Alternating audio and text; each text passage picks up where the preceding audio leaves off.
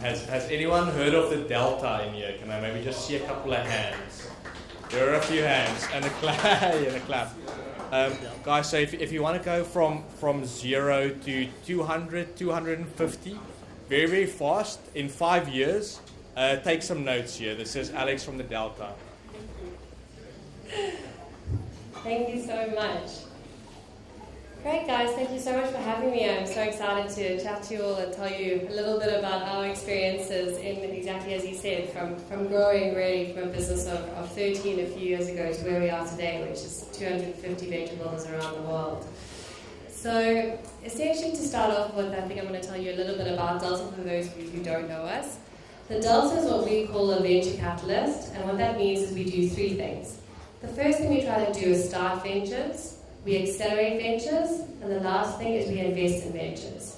So from starting ventures, we've tried to start ventures in a number of ways over the years, and some of them have worked really, really well, other ways not so much. Don't try and start a venture without a founder, we know that does not work. But from a starting perspective, one of the things we've identified that works really, really well is partnering with early stage high potential founders and working with them to take their ideas from 0 to 1. Historically, we've always done this in quite an ad hoc manner, but from next year we're going to be running a structured program where we're going to be aiming to take 21 founders through a semi-like incubation program next year called Delta Zero. Another way that we like to start ventures is actually by working with corporates. So we have quite a big corporate venturing arm where essentially we'll work with a corporate, we'll help them to identify new value propositions, validate those value propositions, and then go to launch those value propositions into the market and essentially aim to either spin the venture out as an independent venture or spin it back into the corporate. From an acceleration perspective, we have 250 specialists in-house who are essentially supposed to be able to support ventures at any stage of their journey. So for the very early stage ventures, we have a lot of venture strategists who understand how to help you package your value proposition, how to develop a validation strategy, identify what you need to test to validate whether your value proposition makes sense. Thereafter, we have a massive team of product developers, so we work with a lot of founders to help them get their initial MVP to market, but in parallel, try to help them source and hire a team so that eventually we can moonwalk out and they can continue on without us. Because for us, we always want to set the venture up for long-term success. And we really think that obviously having a venture builder as a partner indefinitely just doesn't make sense. We also have marketing specialists, fundraising specialists. We try to build anything in-house that is going to support a venture at any stage of their journey. And lastly, from an investment perspective, in early 2023, we'll be announcing a €50 million fund, and that is going to power our Delta Zero program and enable us to continue investing in ventures in the South African and European market. So when I was given the topic today, I kind of had a thought about what am I going to speak about? Are there ventures in our portfolio who have specific stories I can speak to about scaling and having to go through hypergrowth? And it's actually exactly as was mentioned, I realized that Delta is actually a very good case of this, and I think I have quite a few lessons and experiences to share with all of you from our journey. When we started, it was about 4 years ago. We had 13 people in 2019, and things just grew so quickly. By 2020, we had 30 people. By 2021, we had 120, and right now we have around 250 people around the world. So I thought that we would be quite a good case for me to explain to you maybe the pain points and learnings that I've kind of gone through in having to go through a hyper-growth stage or phase. So in the session today, I'm going to share a few of the learnings that I've perhaps had over the years, and hopefully this will be valuable to any of the founders here who are potentially going to go into a hypergrowth stage. And those of you who are already there, I'm sure you're going to be able to resonate with a lot of the experiences I'm going to be talking to. So to start with, I think it's important to kind of understand the dynamic between myself and our CEO. So I didn't introduce myself properly. I'm the COO and co-founder of Delta. So my role is to try and make everything work perfectly. And I think I'm like crazy perfectionist, as I like making things all right, and then our CEO, who's sitting over there, he likes to blow them up by starting new departments on the side, which I call his stepchildren, because he goes and has a whole bunch of fun, then comes back to me with an entire department and says, hello, please integrate this into the business. And I have to bring it in and try and sort out the systems. But like from being a perfectionist, when we started to scale, my entire year kind of felt a little bit like this. Suddenly I could no longer be a perfectionist. There were so many things that were changing that I didn't have the time to like plan everything out perfectly and to get all the systems absolutely perfect. So one of the things I had to learn very, very quickly was that things don't need to be perfect. I started to embrace this methodology of launching MVPs within our own business, within our own systems.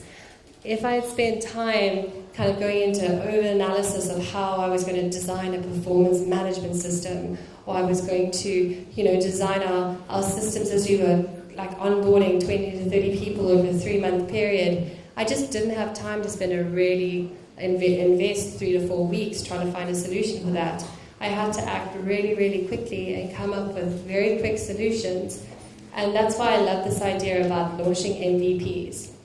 Trying to build the smallest MVP possible to solve the problem that we were experiencing, and then to iterate upon that once we launched it within our business. And that goes to the next point. Because a lot of the time, the things that you launch won't work. You'll go into it thinking that this is going to be the perfect solution, and while you should always strive to try and make the things that you launch work, majority of the time hopefully work, there are going to be times when things are going to fall over and not work, and you're going to have to go back to the drawing board and you're going to have to iterate upon that idea. And that's 100% okay, and it's going to happen all of the time to you. The last thing is that just talking to this pivoting, and this kind of comes back to like that idea of MVP and how we should learn, build, and measure. A good example is when we decided to launch OKRs. So I think it was a year or 18 months into our business, I read Measure What Matters, and I was like, I'm going to launch this within our business. It's going to be amazing. And I sat down and I put a whole plan together. We were going to have quarterly OKR cycles, and then we were going to have a retrospective in the 3rd month of the 3rd week, and then the first 2 weeks of the 2nd quarter we were going to plan the next OKRs for the next quarter. If you don't know what OKRs are, they're an objective setting, a framework that you can leverage. The book Measure What Matters is an amazing book to go and have a read of. But essentially, after we launched it, I realized that it was such an administrative burden on our leadership team. We launched it across the company and tried to get everyone within our company doing their OKRs, from C-level, our middle management, and our entire team. Initially, after launching it, we went for the first quarter, and it was just taking up so much of our time. And the leadership team was getting so stressed having to manage their entire teams and trying to teach them how to define key results that were quantitative and measurable, which is actually a lot more complex than you realize. OKRs seem simple from the outside, but they're actually a lot more complex than you realize. So 2 quarters into it, we sat down, re-looked at the way we were doing it, and we pivoted. We decided to move to only having OKRs applied at our C-level and at our middle management. We didn't let the rest of the team define objectives because it just took too much time to get the entire company to define their own. And we moved the cycle from quarterly to biannual. And we're still right now continuously reflecting and looking at whether this process is working for us. And we're even considering now moving to a trimester basis, because biannual now is maybe a little bit too far away. But the point about this is that it's okay to pivot. You're going to launch things internally within your company, and some things will work and some things won't, and you just have to learn what you can from them. And if you're continuously learning and building upon that, then you're going to be moving in the right direction. The next thing I want to talk about is how you need to prepare your business that it works without you. So when we first started, we were 13 people, and the 3 co-founders, Louis, Jared, and I, were super involved in every single project. We were on the ground. It was great. We were onboarding 2 people per month. It was really easy. We could spend time onboarding them, making sure they understood everything, making sure they understood our way of work and our level of what we wanted. And it was a lot easier. And then we started to scale. And I wish that in retrospect I knew that it was going to happen. And I think the next thing that happened is in 2020, we had to onboard 30 people in a 3-month period while everyone was at 100% capacity and had no time to train the people that we were onboarding, but we still needed them to execute on projects. And it was chaotic. We got through it. But this was one of the great lessons for me is, well, the first thing is that you're often going to scale. When you start scaling, you may not have expected that it was going to start. I remember when in the first year, we had a company like Town Hall, and they made a joke, and we were like, oh, we're 30 people now, and Louis was like, yeah, by next year we're going to be at 100, and I was like, that's ridiculous, that's not going to happen. And then a year later, we were at 100, and I was like, oh my God, he was right. And then the next objective was 250, and here we are. I keep telling him he's wrong, and then we hit his objectives. But you really have to be very proactive in designing your organization from the get-go to be ready for when you scale. And there are so many ways that you can do that. One of the, things that we did in reaction to that onboarding conundrum that I found myself in is that it actually was having such a massive operational effect on us. We suddenly were losing so much time from our leads who were having to onboard the team, teach them our way of work, teach them about who the company was, and it was so incredibly expensive. So I phoned one of my PMs on the weekend. I said to him, on Monday, you're going to phone every single one of the leads, and you're going to ambush them on a call, and you're going to interview them and ask them what their department does. Because I knew that if we messaged them before and be like, we're creating an onboarding course, and we'd like you to speak about your department, they would spend 2 weeks preparing. And we just didn't have time for that. So essentially, he would get on the call and he'd say, hello, I'm here. I want you to tell me what your team does, and we're recording this for our onboarding videos. And within 2 weeks, we had a full onboarding course, which was filled with a lot of bloopers and mistakes, but it got the point across, and suddenly our onboarding was so much more efficient, and we were able to onboard people a lot quicker than we could before. And that was our MVP. We launched our first version, and since we launched that, we continue to build and grow upon that. It's actually now sitting at a course which takes someone 2 to 3 weeks to go through, which you would say is really long. I remember hearing from AWS that they have a 6-week onboarding period, which I thought was crazy, and now I kind of understand it, because when you get really big, there's actually so much context that you have to share with your team. So something I would say to myself a few years ago, because I think we did this already too late, is that you really should document as much as you can as early as possible. It's so much harder to start from scratch when you're bigger than to continuously building upon a base. We still have a few teams in the company who maybe didn't invest enough in their own onboarding material. Now when they onboard teams, it takes them so much more time. The leads have to spend so much more time taking them through things, and they don't have a base where people can refer back to. And maybe if we'd started doing that earlier, it would have been easier. At least we'd have a base. And I think that now we're continuously playing catch-up, and trying to build that onboarding material and building that training material for how the different teams work.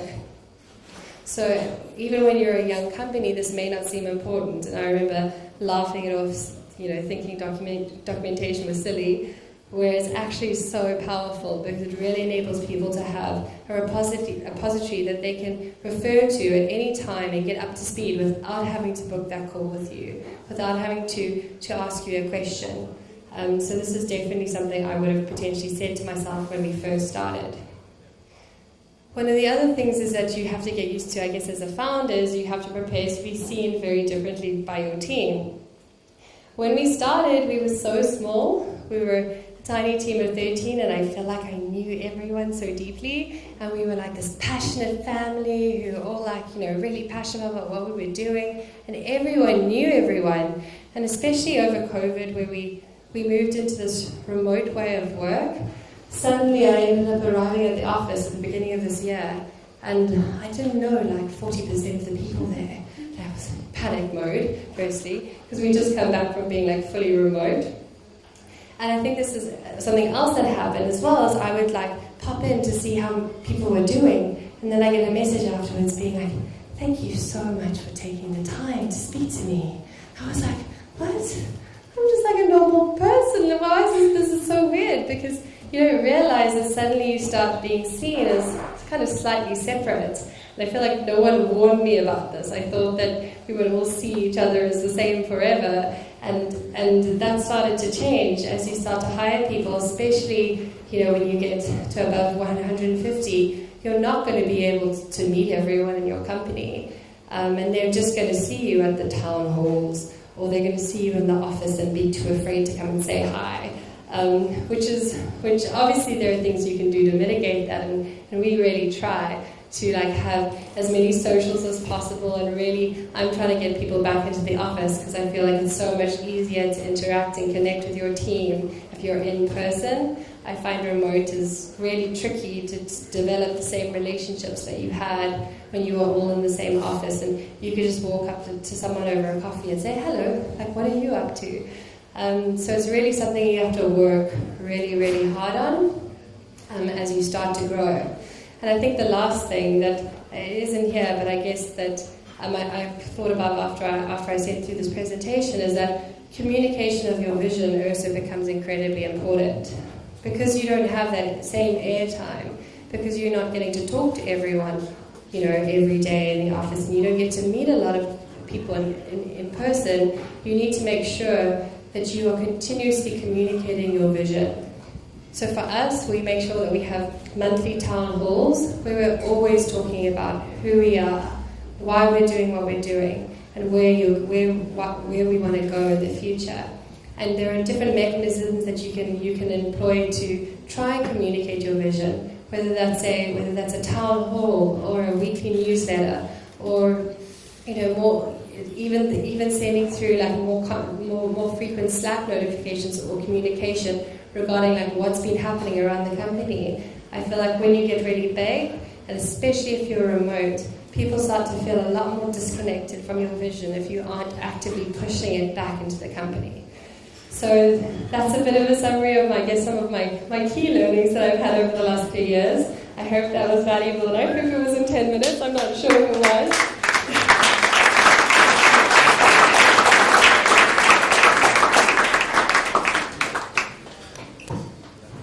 Wow. Who else is going to go home and cry about how fast their company is growing after that? Congrats, guys. Well done. We are huge fans. It's amazing what you guys are doing. Unbelievable.